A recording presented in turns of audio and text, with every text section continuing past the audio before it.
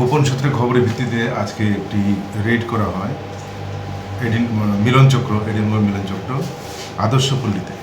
তো খবর ছিল যে এখানে একজন বাংলাদেশি নাগরিক, তার কাছে একটি আর্মস আছে এবং আরও আপত্তিকরজনক কিছু থাকার কথা।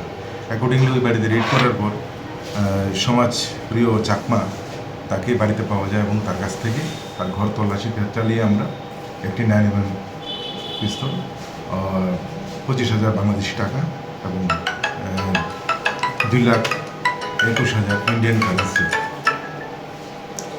এবং 3টি কার্তুস আর 2টো অ্যান্ড্রয়েড মোবাইল এগুলি পাওয়া যায়। তো অ্যাকর্ডিংলি তার বিরুদ্ধে আর্মস অ্যাক্ট এবং IPP অ্যাক্ট সহ একটি কেস নেওয়া হয়। কালকে পুলিশ রিমান্ডে এনে জিজ্ঞাসাবাদ হবে, এখনও জিজ্ঞাসাবাদ চলছে।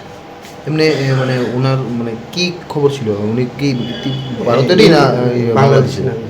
আমরা তো যা ডকুমেন্টস পেলাম সেটা বাংলাদেশের ডকুমেন্টস, সব কিছু বাংলাদেশ। তার বাড়ির ঠিকানা হচ্ছে খাগড়াছড়ি। কি কারণে কেন এসেছে, কিছু কি বৈধভাবে এসেছিল?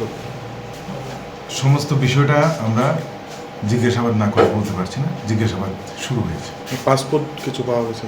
না, পাসপোর্ট তো পাইনি আমরা। মানে ওই যেখানে ভাড়া না ভাড়া, ওখানে ও ইন্ডিয়ান বলেই ভাড়া নিয়েছে। কতদিন ধরে এখানে? কত 4-5 জন। ওর সাথে কি আর কেউ আছে কিছু? আর কাউকে পাওয়া যায়নি। ওর সাথে কেউ ছিল কি না সেটা ওকে বার করবো আমরা এখানে।